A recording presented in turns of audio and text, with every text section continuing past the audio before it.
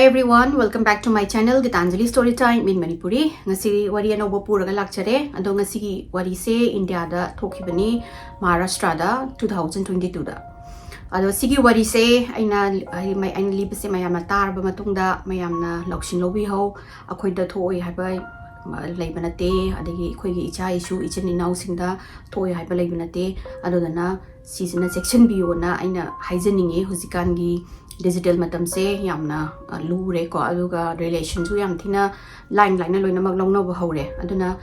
wai wari se taraga mayamna sidagi loksing lobi hona aina haijeningi ari wari se haujara age august ki tang kuntaru ki nungthangi pung ani ki taba sai sida ramesh kumar ko ba nupa mana naigaon railway station ko maharashtra mumbai sigi manak sida mana chatpasida manam yamna thiba maname nam jepta khunam thima to busda mana kai manam si us amnam thiri ji bo kai ka size daga sanga ga siba leirabra na masnam ziki manam namiba mafam je ma si sangak pasida manak sin naksala khoi mungsongoi to ba bushes uma leiba mafam ma si ui u basida mana manam sen adum na kandagi lak pasi ma si manam ko no si ma si de hen manam se namba ho basida mana adudi sigi manak sida kai no mana changsalaga yeng basida suitcase ama ui suitcase ubasida mana kari no si marak sida mayam kanu suitcase da kari yaur jano na mana suitcase manak sida sangsan basida manam se nam thibam nam e aduga manam gi sigi manam kunam thi je khoi gi sanga pumbagi khotpagi manam ate yam chingna ningai oba manam nam basida adagi moi hujiki naigaon ni mumbai adai mafam anderi gi maga jaga area sing se crime yamna hengat lena sum tabadagi mana city police to oina inform tawrage suitcase oire manam su nam thiba manam e hana moina ziki moi dogi local station manaki police station namda mana phone tawraga sumaina suitcase ma laire kholle manam yam nam thi amta lang yeng biu la ona tawdagi senior sub inspector ani mane aduga moi constable moi gi team tawraga hojiki mafam jlae moina lakpa matam dadi already da mi mayam crowd mayam lerame mo mayam mi mayam di gather tawraga lerame hadi karai dagi sumaina laibano kano se kholi sen ana policing jida hojiki mafam jida changa kanda yengaga back se hang to yenga matung dadi moi ju pura moi shock ja toine di anu manung da nupi macha ama yauraga lerame mai asi bhag sang yauraga lerame lerambadagi moisna angang kanada karai dagi kamai toino kholi no mai identity card kari kra amate yawramde adubu ziki bag sigi manungda school uniform amadi yawrambadagi moina pharen aduga angang sizu nupi masa sizu moina yengbada yamna khoi angang yamna nauriba khoi teenager mali am angang yam oiri kholina adai moina ziki dead body dogi photo name crime scene dogi photo khara name aduga postmortem gi thakre aduga moina sai school dogi uniform gi matung ina kamba school no khopno na tawdagi bele parle da leiba school magi oilerame adagi ziki schools da chala kanda moina staff moi principal ning da unara kanda moina sigi noi kanu je sigi pizigi photo haji asi bhag sangi photo sine aduga school uniform da ko utpasida moi school gi principal dei moi da staff la pasin su loina mak shock chalaba moina khai khangi sigi nupi macha je koi khangi magi maming se Vanshita Rathod ko gni chahi 13 suba class 10 gi angang ne na class 10 ka bane na harapadagi adudi moi parents ki information piro na huziki police na moi huziki school gi staff sing dagi Vanshita gi moi gi kanu lore moi gi number address kai lauraga moi phone toraga moi gi parents da noi kanu sida andheri gi police station sa sida dam ta lao kholo na adumaina phone torok pasida moi gi parents ju nga iba kai gino da tang kun manga se sidagi Vanshita se mayum hanjalakte haina moina kanna phone haidi kanu to police da complaint to ba da ngai da haidi complaint to khib da ngai riba ada police ki phone lak pasida moi pakhatle adoraga su police na kaurabani na maybe macha nupi dogi pau khangabra haina moi se prap andheri gi police station se lakpini adagi hojiki moi family se police changak pakanda moina smaina macha nupi gi kanu do phangabra mai pau nung tabra khopra to pasida police na adugi ti nate adubu akhoina smaina suitcase manungda nupi macha amagi body ma phange asi se Vanshita ra hana amtang kano to bi law haine identify to holon to busida mama ga mapa ka sim hin swai law moi parents la ise la kanda moi no jiki mok to pusalaga body je chingtho ga yengan ba matam dadi mama do pura ekta teng thara ga kapkhale ba Vanshita do oile rame dei moina kappaga mane sidi ai gi chanupi ngarang da thiba phangde na to chanupi do gi asiba haksang ni torga ta mama se o khungai kappadegi mama se aduga police na mapa se kauthoga nai smaina noina chingnaba leibra natraga na kamaina taurino kholino ma ja kai chakhi ge khotki ge noi khangbra khotpra noina report police report tawmi do kholino na hangbasida mapana tang like any other days tang kunmanga august ki tang kunmanga se sedama pung tara mathoi gi sai sida school chatkani hana mapi maron loisalaga adum school chakhraga ma se kano tawdaba माइगी normal timing दा school हलक्तब जिदा ममा जना हामदा मासु ngairame da mana kaigino ne mase school halakpa timing yaurabani pung ahum tasale halakti sibo mai mama nabi singa sakhi bazala khotki bazala na mana mama nabi singa mu phone tawraga mama sina ngakti ngairame langmanda badagi phone tawraga mu hangbasida mama nabi singjina khangde adi moi amta ngasinga kanu Vanshita ngasi school lo zu de khangde na harabadi mama singa tang pakhalaga nungdang ngairamgi pung tari tarakpasi bok taruk tarakpa size bok ma ngairame ngairambadagi lakmandabadagi mana mapa gi office da phone tawraga mapa sida smaina Vanshita do halaktre khotre high school chakhibne nanga sai tara mathoi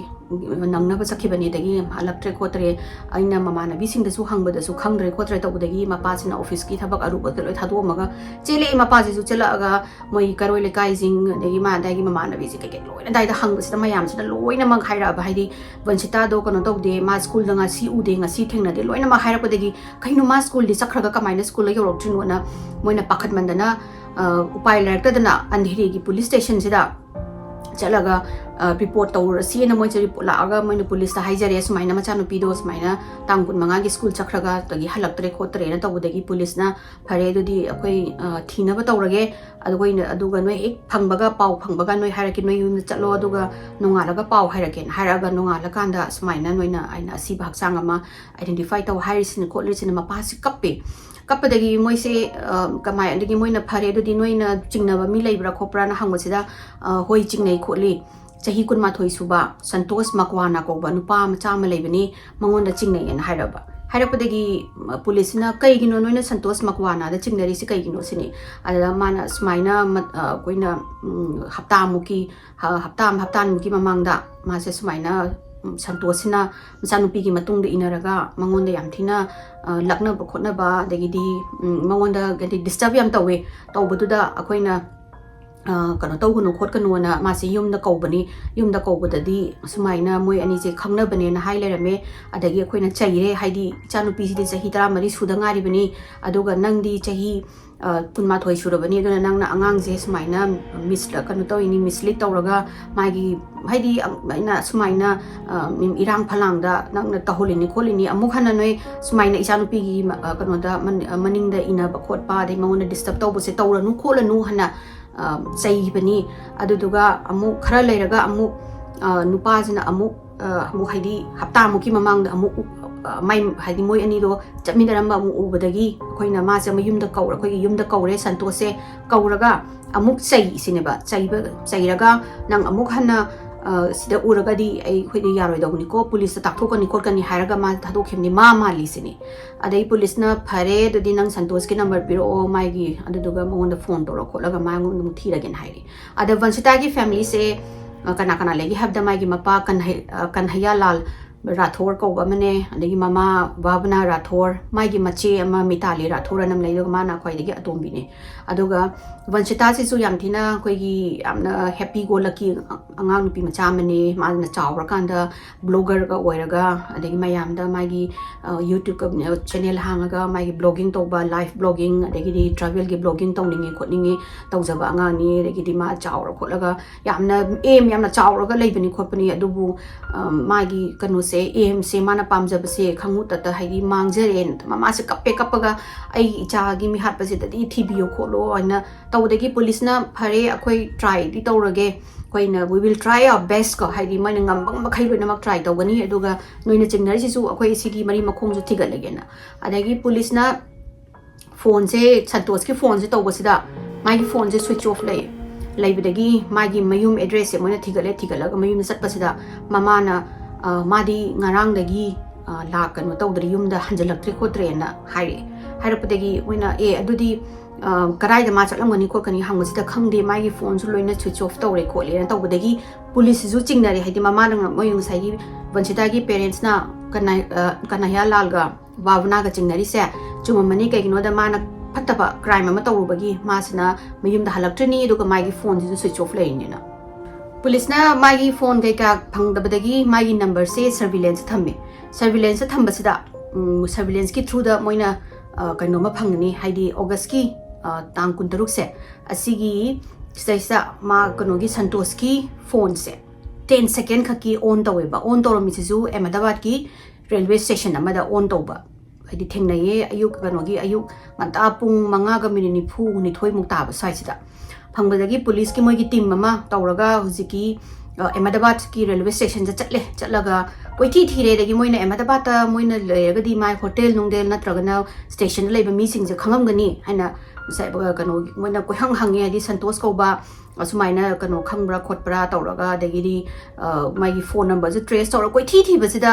संतोष से फंगद्रकान Moina फंगदा हाइदि मोइजे कोई थीरिङै मकना team अमना अमुक मागी साइगी नाइगाव railway station की अदाइगी area की CCTV footage से check तौरगा लेरिने अदा कोई थीर मोइना कनामु खंगदे खोते संतोष तौबा कनामु चेक इन तौदे खोते अदगी मोइ सिगी मोइना कनोगा फोटो को उलग येंबदसु कनामु खंगदे खोते लोइनमक हाइले हाइबदगी मोइसे हलअगा इंस्पेक्टर मोइना हाइबदो सीनियर इंस्पेक्टर कैलाश बारवे कौबा मा वाली पुलिस स्टेशन की ने हाइ माना कैमरा सिदा नाइगाव रेलवे स्टेशन की कैमरा येंबसिदा नुपा अनि मना साई वंशिता की असीब हक्सांग फंगबा बैग से सिगा चाप मनबा नुपा मचा अनि मना हुजिकी नाइगाव रेलवे स्टेशन से पूरगा चटपसे उरे उबदगी हुजिकी CCTV से मोइना कनोगी वंशिता की पेरेंट्स दा येंगला कांदा वंशिता की पेरेंट्स ना आइडेंटिफाई तौरे असिगी नुपा अमसिना संतोष मकवाना नि अदुग अमसिना संतोष की ममानबा विशाल अनुभा कौबने ना हाइए अदगी हुजिकी पुलिस तो कन्फर्म होरे हाइदि वंशिता की मोइना मर्डर माने हाइदि वंशिता से हातोगा सिगी बैग मनुंगजिदा पोरागा मोइना नाइगाव रेलवे स्टेशन जे लागा लंगथोकपने ना कन्फर्म तौरे वंशिता की ममानसु पुलिस दा हाइरे हाइदि साइगी मोइना कनो तौद्रिङै ममांगदा मांगद्रिङै की ममांगी नुमित हुमनी मरीनी की ममांगदा अमुक्सु वंशिता की कनोदा मतुंगदा इनबा उबदगी संतोष तो मान पुलिस ता ताकने खोपने तौबदा संतोषना आइदि कप्पगा खोलगा आई लांजरे आई अमुहना खाइना वंशिता का आइदि उनाना बतावररोय मंगोंदा वरी साना बतावररोय खोलरोय पुलिस कंप्लेन तौरदी माजे केटरिंग की फर्म अमा थबक तौबजानी संतोष से अदुना कईगुंबा नोइना हाइना आइगी मतांगदा कंप्लेन तौरगदी मादो थबक फंगरोय पुलिस कंप्लेन लाइगदि खोगद तौबिरनो आई वासके आई अमुहना आई माई मतुंग इनजररोय पुलिस अदि कंप्लेन तौबिनोना तौबदगी ममासिना नुंगाइतदना फॉरगिव तौबनी अदुबो होजिकति माना आई इचानुपी से हालबनिना मा फारगा ख्वाइदगी चाउबा दंडी पियु खोलोना ममासिना कप्पेदगी पुलिसना ओय अखोय तौबा याबे तौरगे पोक्सोबो पानबा यायना हाइ कगिनोदा अमदुदी माइनर ने चाही 13 सुदंगारी मादी चाही 12 ने अदुना हाइदि एडल्ट ओइद्रिबनिना अमन एडल्टना पोक्सोबो पानबा याय खोलेना पुलिसना मोइदा फजना हाइरे POCSO vice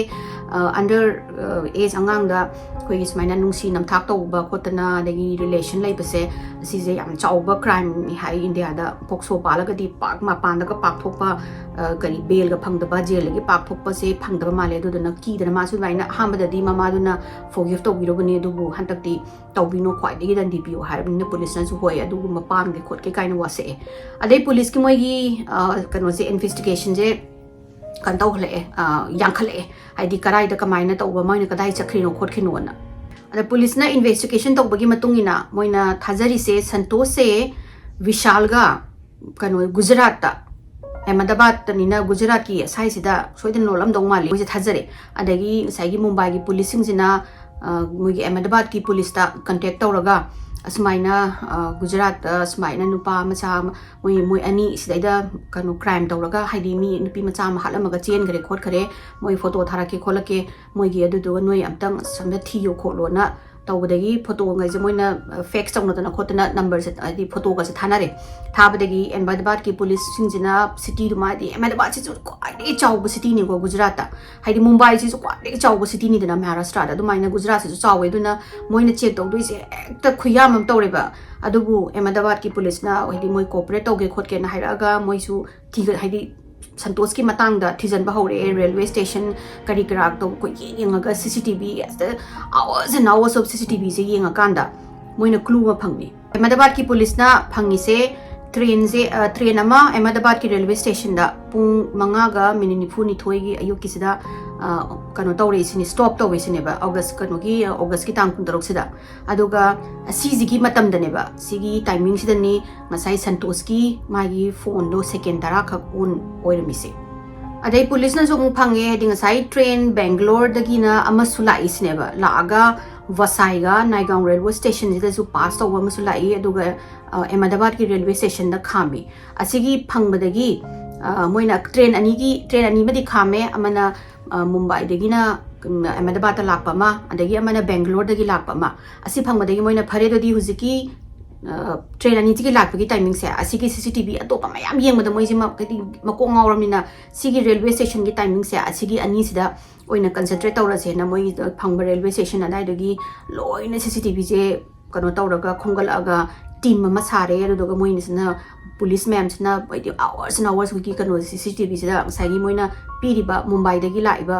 kano se kano photo se asi jaga chana baji moina thira ga moina yengaptune da uchina china footage ma phange Santos ga moina sagi Santos ka nupa amagana passenger gi train boarding toba ama phange ba duju engine gi maning hek thangba coach ki se sidai da mana basiga thengnare aduga bag ama pairaga lakba ui moina bag ma pairaga train se Naigaon station da edi moina phangiba train ji sai moina phangiba train kano se su train ji su Mumbai dagi Ahmedabad lakpagi marak sidane ba moina Mumbai gi andheri dagi tongaga ziki bag ani se paraga lakpa se ure aduga poina una laaga ziki train sida thauraga Naigaon gi station gi yoba sai se sidai sida khundu umdai haidi hundok tringai mamang da moina bag puraga chatpa se ure ba dik mathang mai gi station khuding gi loina mak CCTV sing dom kongola ga ziki particular train gi kano se route moi ziki route se sisne moina yang khalai se ane police na khalle kai no moina crime se tawramaga Ahmedabad ta cheli sina kari gi no sini adagda moina police sing sina loina mak thigala akanda di moina kaino ma khangdoine haidi Santos ki mabok se haidi mama pokpa mabok se Gujarat ki Palanpur kauba mafam amada layeba laybanina moina haise adu oiragadi moi singdo Palanpur da soidana chatlamdawa mali hana moi kano Ahmedabad ki police singina amuk Mumbai ki police da amuk haire harapadagi Mumbai ki police sina phare dodi team mama semaga moi Mumbai dagi Ahmedabad tana haidi Gujarat ki Palanpur haiba mafam se sidana la ke hana dumaina pau phaunare adagi Mumbai police na yorokpaga Palanpur gi police sing je amu kano tawre moina contact tawraga moi gi CCTV amu yeng amta check tawbiyo khotpiyo na tawbodagi moina check tawbusda unfortunately haigedra siki railway station se city kano gi moi gi sagi kano gi laiba kare tare ne koi gi platform gi loina mak CCTV lairaga passenger sing na phamba coach room gi CCTV amata lairamdabadagi moi ji amta uba phangdabani na moi ji kumdai haibase hadi train do Palanpur da kumdhabara khotpra haibase exactly moi na khangbase ngamgire Vanshita gi killer se khangna bhonamina moi sai kumda deju khangongdrabani na phare moi gi sai gi grandmother gi sai moi maboki mayum se Santos ki maboki mayum se sida chalura se na moi na Palanpur da lai laaga Santos gi maboki moi da gi neighbor mai tare moi da gi mafam gaw tu da Santos ki masakanu photos e tawraga Vishal gi photos e tawraga yenghale loina mak habadi sing nei khangbra khotpra ubra khotpra na kanambong na ude khote akhoi khangde khote na hairi harapadagi moi se upai se lairaktreba kaigino moi je thiba phangaktre dagidi mai mayum sange guseki maboki mayum changba sida thong thinba sida mabok na hangdoraga moi na smaina Santos laibra khotpra na hangba da Santos ka dobai lak tu noi nak ta khotpa da ka tawre da Santos smaina magi matang da kano laibai ni khopai ni ma lairaga dim ta version again habis da mabok sna hidi yamna machin thiba mong da ko hidi kaitare ne yamna chingna ningai mong da Santos to mayum dagi mangre khangi mayum da halakte bai pauk tare adubu sidadi Santos lakte khote sidadi madi kuire laktaba moi imunga kano tawtaba hidi moi khoiga kaya kano tawna moi dum laikhrabanina Santos ka sunung do bai sanade lakte khote kainaga adumaina hairi हाइरपदो मानंग हाइरपसे yam Thina चिंगना निंगाई ओइना हाइरपनिना police ना जु हाइदि खल्ले ओ सिगी हनजिना ngang isi machin di thi borangani mazu hoi masunu pa do protect tong no borangani adu bu jekti evidence amta leite adagi moina warrant la porak panate evidence so leite banina upai leite banina phare nang kai noi kai gumba santos na la aga di contact oragadi khoida haibiro on hairamaga police sing ju han gari upai leite adai khara leira kan sida amu police sing amu kan tore khara matam khara moi thi be aba thire santos ki matang da adagi moi adugi adai da koi thi base phasuk phangdre ma jem kai da moi gi mai phone ji ju amu khana on to gidre kadai da leigam no to khangdre ai khara leira kan da hapta amu leira kan da police sing sina ai surprise visit oina amu la e moi ji gi mabok ki mayum sida la aga amu santos leibra khopra na hang basida mabok sina leite aina lakte khote na haidra la ade ai khoi noi da phone to kani noi da phone to kani haida ni lakte khote noina la hanjan hanjan haras sauri se kai gino kholi no khoi gi imung da haras saur no noina haras noina yamna kano to di proof oina puraga lao adu duga khoi di noina duga yum da check taw gi to warrant poraga lao kholo oina mabok sina chaira padagi Mumbai police moi policing da ju upai leidre ne habdi lai habdugi dei kanu su moina kumdhabagi su CCTV gum amta le hobu sunate adagi mai phone kai ke reachable amta oidra banina oi phare ne moi la trabanina nang la ga di amu haibiro ko na hairaga policing di ju mayum maboki mayum thokle do mayum sigi palanpur gi police station da yauraga moina makha ta ba kamai tau jigi khot ki jege na taubdagi khoi se haina matam ju hapta ani su sujale khoina lekhala ise duna mai gi matang da kaimuk phangdrabanina Mumbai da hallaga noina kai gumba hek pau phangbaga khoi da mu pibiro na hairamaga moi se chattogi tauringai sida lucky break ama phangda haidi lucky breakthrough ama phangani be policing se police ki manak sida anonymous call ama lai anonymous call se laga ziki anonymous call se nupani sina hairi se aina nupa 20 early 20s ta wan dong male nupa ani khak yum noina hana adi laamba yum ani rak suri noi laami do aduga moigi mayum da su noina hapta numinini mamang da su changu bani moigi mayum da nupa macha ani ui sineba adu ubado noina adugi nupa do noina thibani habse ai pau dai adu noim tang chatlaga amta yengu su na hai harapasida police na hairi moina mana hairei do di kano asengba oipna ba proof oina ba haina nang kanano nang naming kai gawi khol haibiro kai gino na si se khoi se sigi case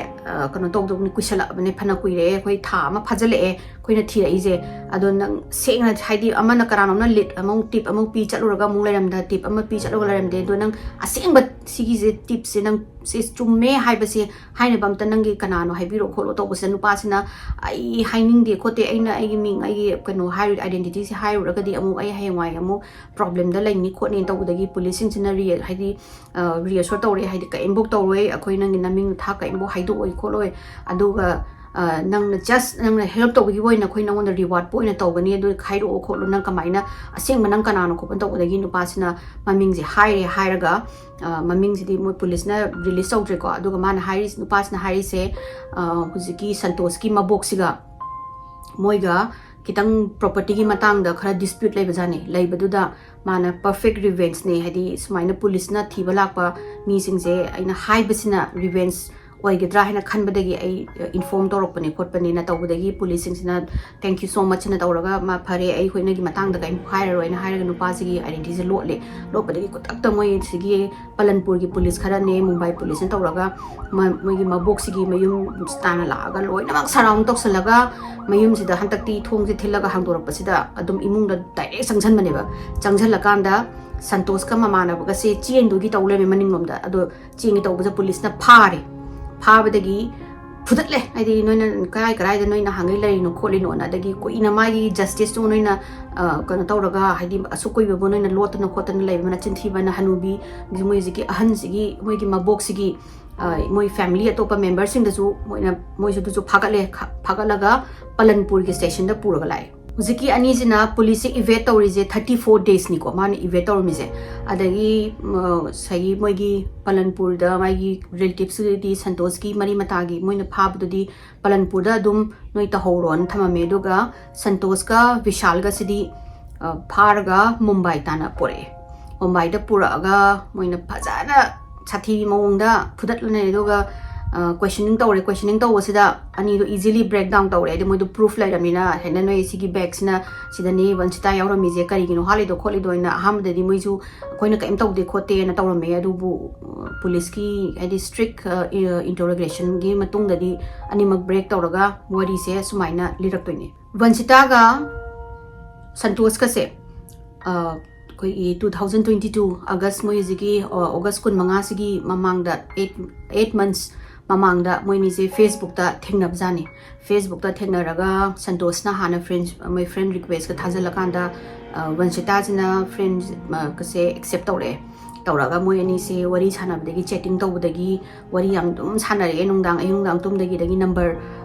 kano tawre exchange saunare number dagi tawrabadagi phone da wari sanadana khotana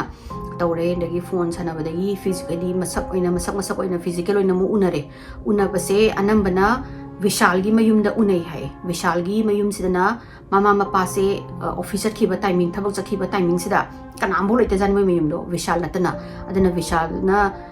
kano tawraga moi mayum da mama pa leite ba timing da tawraga moi ani se unaba sani unaraga moi ani se nushinaraga adumaina Vishal gi mayum da una dan tawringa sida dongma moi ani se chapmina base Vanshita gi mama pan uraba ubadagi mama sa nupi sida kanano khopano na hangaga nupa do kau kholon tawbadagi nupa se kau basida ahambada laaga Santosh da moina ngang bajani nang chahi kaya sure khole hangada Santosh se catering gi firm am da yawba larik kadi am tanadi tamdraba laik tambaga tokthoga dumba khoi catering gi da thabak tawraga leiba nupa ma oiler badagi mama pa si ju sauraga Vanshita ju chaire dagidi Santosh su chaire haidi nangna chahi kun manga suraba nangna kari chahi kun ma thoi suraba nangna aigi chanu pi chahi 13 da suri ba ngai bese nomagi kanu ta hole khole lambi misli ta hole adu lerek lesu da mai pak ta na sugumba irang phalang da nungsi ron da ngahon da kotna tawrini kholini amuk hanna amuk noi unaranu nang amuk hanna khoina haisini amuk hanna nai ani contact to ya roi wari sanaranu kholoranu tawraga chairaga thara akan sida chayu moi ni se wari mu sana ba hawrab jani hawba sida amuk nong mama na adi Vanshita se wari sanaraga su jikan si khaga ignore to ba hawrab sida Vanshita na school halapagi timing sida Santosh na amuk mai maning sida wari ba sana je na ina ba sida Santosh ki amuk parents na mu uraba kanogi Vanshita gi parents na mu uraba adi kano na Santosh na angang jigi matung di ina base asidagi saumandana mayumda amuk kauraga kano se Santosh se kano na kanai halal sina Vanshita gi mapa sina kupang na thaba jani kupang na thaba sida ma se du da yam thina humiliation mangonda thina phawi haiba mangonda thina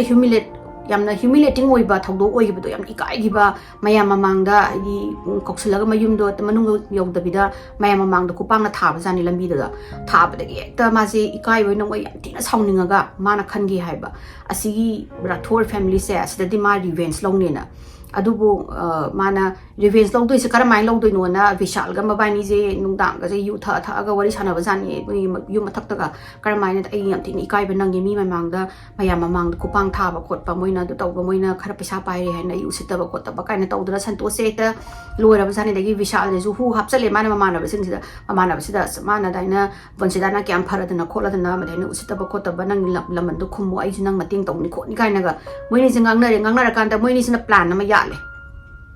sumaina Vanshita se mayum dagi amtang una se hairaga amta kokthoke khotke tawbasida Vishal na phone kano na Santosh na phone tawbase kano sida Vanshita sida masna phone je chupai pairaktraba phone pairakpa jamadagi message thara jumana halaktre haidi ai sumaina parents na yam thina chaire khole aduduna amta kano haidi aduduna amta kano tawbi kholo haidi phone amta tawbira anu aingonda ainanga wari sanani de khotre na masida dum phone je pairaktabase ta Santosh na nuti gi phone tawraga tawbase chupai pairaktre Vanshita di mama pa kirabni na mama pa na thina de phuda sai kupang thagi ba khotki ba tawdu ma je kira mangona su sai ba khotpa phuba khotpa di khara ba tawbu sani kano da su Vanshita da su adubu mana Vishal gi numbers dagi mana phone tawraga amtadi wari amta sana je khotse ai ga last oina amtang di haidi last oina amtang unaraga aduga amuk hana ai nangonda yela roi nangsu ai angonda su wari saraktra su yari ai nangonda su phone tawra roi wari saroi adubu last oina amtang de unaje amta de una hanbi aduga ai phajana khoi ani se sendokna naraga phajana haidi yamna kano oiba mawongda haidare ne afaba mawongda kaina gi se sumaina kaina ba ai nungai te khote na tawdagi Vanshita se ju या तौरगा हाइदी तन हाइदी reluctantly को मादो तन फरे दुदी आई हाइना तांग कुन मंगा की सिदा आई हाइना स्कूल लो क्लास तो याम कन्न लेब नते हुजिती फंक्शन तो के तो बगी मई रिपब्लिक की फंक्शन तो बगी मतमनिना क्लास कन्न तो दे सिन मिसिदा उनरसी दगी हेना आई मतम सु लेत्रे खोत्रे ना तो बदगी फरे संतोष ना आई नंग पिकअप तो बला आगे नंग स्कूल लगी दम थोलो खोलो ना हायरगा तांग कुन मंगा सिदा वंशिता सिना मामादा असमाइने स्कूल चतोइनी खोतोइनी हायरमगा मागी स्कूल की बैकपैक सिदा मागी सिविल की ड्रेस अमा हापचलगा माना स्कूल यूनिफॉर्म से चलगा स्कूल यौदोबगी मना खरा वालिंगाइदा माना कुमहौरगा अदुगा संतोष लागा संतोष से बाइक अमदा लागा माना वंशिता से पिकअप तौरगा मोय अदागी मना अखोइगी सुलभ हाइतारे ने को टॉयलेट का लेबदो अदा चंगागा माना सिविल ड्रेस से होंतोगा कनोगी संतोष की मनिंग गाड़ी सिदा ममाय ममितो येसलगा तोंगा विशाल की मयुम ताना लाए अदुगा विशाल गा मबान मयुम सिदा मा पा लेट्रो कांदनी लागा मोय नि वरी मनुंग दा विशाल की मयुम दा वरी सानारगा लाइरिंगाय सिदा हानादगी विशाल गा कनोगा दी संतोष दी प्लान तौरबनी को गाइ नंग खोइनी वरी सानाबा मिनिट 10 मुका फजलप अदाइदा नंग थोंग थिलागा नोय हल्ला अब मालेन हाइरो खोलोना हाइना हाइनरगनी को अदे मोय नि वरी सानारिंगाय सिदा विशाल सिना थोंग थिलप मपानदगी मोय पेरेंट्स ला मालेना हाइरपदगी ngसाई संतोष ना पाखत साजनरगा वंशिता नंग मोय पेरेंट्स ला माले कोइन इमुंग लेरिसे नंग अमता लोलो ना हाइबसिदा आई खाइलो तुन तोबसिदा ए नंग फैजु मखाज लोलो दुगा मोय ममा वाइदो कइनो हंगरगा ने मनिंगदगी थोकनब तौसेन हाइबसिदा वंशिता सिना पाखत पोय लाक पोय माजे उसिकी ब्लैंकेट अमजे यो माजे ब्लैंकेट की मखाज मनुंग चंगगा लोटगा लेरिंगासिदा विशाल सिना थोंग हांगतोरगा मयुमदगी थांग अनि पुरगा चंगे अदुगा थांग मन संतोष पीरे अदुगा विशाल गा मबानी अंगांग की वंशिता सिदा मल्टीपल टाइम्स को थांग सिना थिल मतुंगदा लास्ट मा माजे लेंगक्तबदगी मोइना फैजुप से हांगतोगा येंगसिदा वंशिता से सोरदि होलमे अदुगा मादो आदि ज्ञान दि तादे दो ज्ञान लास्ट ओइना ज्ञान तानबने हाइना मंगप समनुदा थांगना मु लेलगा हातो मतुंगदा मोइ जे प्लान तौरे करमाइना सि डिस्पोज ओंनि मोइ बॉडी जेना आदा मोइना फरे मागी कनो मफीजे विशाल गी मफी लोइन होंगतोगसि अदुगा कइगुंबा माजे बेग मनुंगदा हापचलगा थंबा मतमदा कइगुंबा मोइना बॉडी से फंगगसु आइडेंटिफाई तौबा वान हाइदी वादनबा हाइदी आइडेंटिफाई तौबा वानबा नुपा की ड्रेस से पिराजेना विशाल की जीन्स का टी शर्ट का सेशन बिरगा वंशिता की मफी स्कूल की यूनिफॉर्म दुने माना ngसाई सिविल सेलपदुने मोइसिना पंगनि बे चांग जिजो हुजिकी बैग मनुंगदा हापचलबजानी हापचलगा मोयनिना अंगा हुजिकी बैग हापचलगा लागा तांग कनोगी मोइना हाटपजिना तांग कुन मंगादनी को हालिसे अदुगा तांग कुन तरुकिसे असिदा ओर मालेबा मोइना नुंगदांग तांग कुन मंगागी अहिंग हाइगद्रा और मे बी अर्ली मॉर्निंग कनोगी तांग कुन तरुकी अर्ली मॉर्निंग हाइग तामने असिगी दैसिदा की रेलवे स्टेशन सिदा लागा अंधेरी की रेलवे स्टेशन सिदा लागा मोइना बैग से पूरागा नाइगांव कनोगी ट्रेन से बोर्ड तौरे अंधेरीदगी अदुगा नाइगांवदा मोइना हुजिकी बैग से लंगथोअमबनी खोटपनीना अदुमाइना हाइरे अदगी पुलिस ना नोइना सुकुइना नुमित कुंथ्रा मरी से काइदा लोडुई कदाइदा चटलुइसिने कमाइना अखोइना थीबसिदा निना फंग्रिसे खोटरिसिना हंगबसिदा अहमबदा मोइना हाइरिसे मैंने सही कनो से हाल वंशिता से हाल संतोष मोयनी से इरुदा थोगा मफी मरोन होंतोगा संतोष की मयुम चले अदुगा संतोष की मयुमदगी ममागी पैसा मोगी सेफ हांगतोगा सना लुपाने पैसा खरा ने लौथोगा अदुगा वंशिता की बॉडी से पूरगा लंगथोमा मतुंगदा सना लुपादो काइथोगा अदुगी पैसा दुना मोइजी ट्रेन दुना कनो हान चले है अहमदा एमदाबाद चलगा मागी फोन ऑन ngसाई ऑन ओरमबदो अदुगी मतुंगदगी एमदाबादगी पुलिस तो हाइदी चकमा पीनबा हाइतारे नि मोइना सानबाई टाइप नि हाइतारे मोइ वखंदा क्राइम पेट्रोल येंगा तौबनी काइसु पल्ले मोइना अदुगा अदगी एमदाबादगी वैष्णो देवी ताना कनो ट्रेन अमु बुक तौरगा अदगी चले दुगा वैष्णो देवी दा मोइ अदगी मतम खरा कश्मीर रोमदनी को अदुना कंदा लेरगा पैसा ममागी पैसा मोइना हुरालाप पैसा दुने सना लुपागी पैसा सिंदो अदुगी पैसा दुना लोइनमक हाइदी नुंगाइना लेथोए पैसादगी पैसा से लेरक्त्रा मतुंगदा मोइसे कदाइदा हंजिगेन उपाय लेरक्त्रे मोइगी वांटेड की कनोदि लोइना मोइसे फंगे मयुमदा पाउदो फंगे दि मुंबई पुलिस ना हाइना कोइ थी अदगी साइन थी फंगबदगी मोइसे कदाइदा ससिगेन उपाय लेरक्तबदगी मबोकी मयुम से स्ताना ꯂꯥꯛꯆꯦꯅ ꯈꯟꯕꯁꯤꯗ ꯄꯨꯂꯤꯁꯅ ꯁꯨꯃꯥꯏꯅ ꯂꯥꯛꯑꯦ ꯈꯣꯠꯂꯦ ꯍꯥꯏꯕꯒꯤ ꯄꯥꯎꯁꯨ ꯑꯃꯨꯛ ꯇꯥꯕꯗꯒꯤ ꯑꯗꯨꯗꯤ ꯁꯨꯃꯥꯏꯅ ꯇ꯭ꯔꯦꯟꯁꯦ ꯇꯣꯡꯉꯁꯤ ꯑꯍꯃꯦꯗꯕꯥꯗ ꯂꯣꯝꯒꯤ ꯇ꯭ꯔꯦꯟꯁꯦ ꯂꯥꯛꯑꯁꯤ ꯇꯣꯡꯉꯛꯑꯒ ꯑꯍꯃꯦꯗꯕꯥꯗꯒꯤ ꯅꯥꯏꯒꯥꯎꯒꯤ ꯃꯣꯏꯒꯤ ꯐꯥꯎꯕ ꯇ꯭ꯔꯦꯟꯁꯦ ꯀꯛꯑꯒ ꯅꯥꯏꯒꯥꯎ ꯌꯧꯗ꯭ꯔꯤꯉꯩꯒꯤ ꯅꯥꯏꯒꯥꯎ ꯂꯩ ꯑꯍꯃꯦꯗꯕꯥꯗꯇꯒꯤ ꯄꯂꯟꯄꯨꯔ ꯐꯥꯎꯕ ꯁ꯭ꯇꯦꯠ ꯇ꯭ꯔꯦꯟꯁꯦ ꯑꯃ ꯀꯛꯑꯁꯤ ꯑꯗꯨꯗꯨꯒ ꯑꯍꯃꯦꯗꯕꯥꯗꯀꯤ ꯍꯥꯏꯗꯤ ꯔꯣꯗ ꯁꯥꯏꯗꯇ ꯃꯇꯝ ꯈꯔ ꯄꯩꯁꯥ ꯂꯩꯔꯁꯨ ꯍꯥꯏꯗꯤ ꯑꯔꯩꯕ ꯈꯔꯁꯤꯅ ꯂꯩꯔꯁꯤ ꯂꯩꯇ꯭ꯔꯀꯥꯟꯗ ꯔꯣꯗ ꯁꯥꯏꯗꯇ ꯃꯇꯝ ꯈꯔ ꯂꯩꯔꯁꯤ ꯑꯗꯨꯒ ꯄꯨꯂꯤꯁꯇꯨꯅ ꯆꯠꯈ꯭ꯔꯦꯅ ꯍꯥꯏꯔꯀꯥꯟꯗ ꯍꯜꯂꯛꯁꯤꯅ ꯑꯗꯨꯃꯥꯏꯅ ꯄ꯭ꯂꯥꯟ ꯇꯧꯕꯖꯥꯠꯅꯤ ꯄ꯭ꯂꯥꯟ ꯇꯧꯔꯒ ꯃꯣꯏꯁꯤꯅ ꯋꯩꯁꯅꯣ ꯗꯦꯕꯤꯗꯒꯤ ꯇ꯭ꯔꯦꯟꯁꯦ ꯄꯂꯟꯄꯨꯔ ꯇꯥꯅ ꯊ꯭ꯔꯨ ꯑꯍꯃꯦꯗꯕꯥꯗꯁꯦ ꯀꯛꯑꯒ ꯑꯍꯃꯦꯗꯕꯥꯗꯇ ꯍꯥꯟꯅ ꯀꯨꯝꯃꯒ ꯃꯣꯏꯁꯤꯅ ꯑꯗꯨꯗ ꯔꯣꯗ ꯁꯥꯏꯗꯇ ꯈꯔ ꯂꯩꯗꯅ ꯈꯣꯠꯇꯅ ꯑꯗꯒꯤꯗꯤ ꯆꯥꯔꯀꯥꯟꯗ ꯄꯩꯁꯥꯁꯦ ꯄꯨꯡꯂꯣꯏ ꯂꯣꯏꯁꯜꯂꯦ ꯀꯔꯤꯝꯐꯥꯎ ꯌꯥꯎꯗ꯭ꯔꯦ ꯄꯨꯡꯂꯣꯏ ꯂꯣꯏꯔꯕꯅꯤꯅ ꯍꯧꯖꯤꯛ ꯃꯣꯏꯁꯦ ꯎꯄꯥꯏ ꯁꯨꯡꯂꯩ ꯂꯩꯔꯛꯇ꯭ꯔꯦ ꯇꯨꯝꯐꯝ ꯂꯩꯔꯛꯇ꯭ꯔꯦ ꯆꯥꯅꯕ ꯂꯩꯔꯛꯇ꯭ꯔꯦ ꯑꯗꯒꯤꯗꯤ ꯎꯄꯥꯏ ꯂꯩꯃꯟꯗꯗꯅ ꯃꯣꯏꯅ ꯃꯕꯣꯛꯁꯤꯗ ꯐꯣꯟ ꯇꯧꯔꯀꯥꯟꯗ ꯃꯕꯣꯛꯅ ꯑꯅꯤꯔꯛ ꯂꯥꯛꯑꯝꯃꯦ ꯑꯩꯅ ꯋꯥꯔꯦꯟ ꯌꯥꯎꯗ꯭ꯔꯗꯤ ꯂꯥꯛꯀꯅꯣꯅ ꯆꯩꯈꯤꯕꯅꯤ ꯈꯣꯠꯄꯅꯤ ꯃꯣꯏ ꯂꯥꯛꯑꯔꯣꯏꯅ ꯍꯥꯏꯕꯗꯨꯗ